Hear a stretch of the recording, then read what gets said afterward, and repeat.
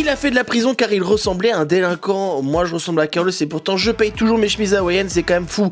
Le gars s'appelle Richard Anthony Jones. En 99, il est tranquille chez lui, la main dans le slip, et là, boum, la police débarque. On l'accuse d'un braquage armé sur un parking du Walmart.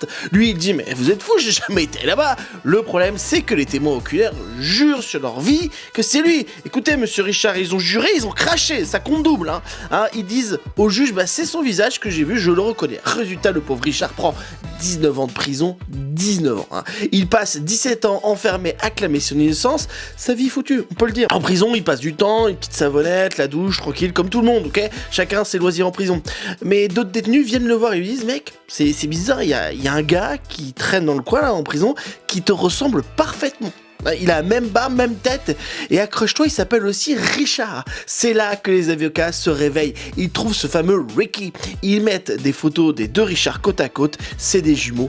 Ils montrent ça aux témoins de l'époque et les témoins s'effondrent. Ils disent, écoute, désolé, je pensais que c'était lui.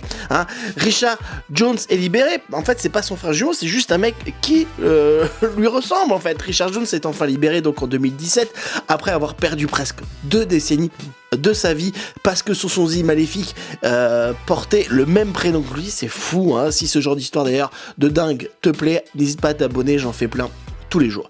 Il a dû se battre pour avoir un peu d'argent de l'État, mais franchement 17 ans de vie, ça a pas de prix quoi. Il devrait toucher des millions, c'est juste terrifiant. On est dans un monde où on fait de l'IA, on fait le voyage dans l'espace, mais il n'y a pas un connard qui est capable de mixer des dossiers pour réfléchir, tiens, peut-être que c'est pas lui. Non mais c'est fou.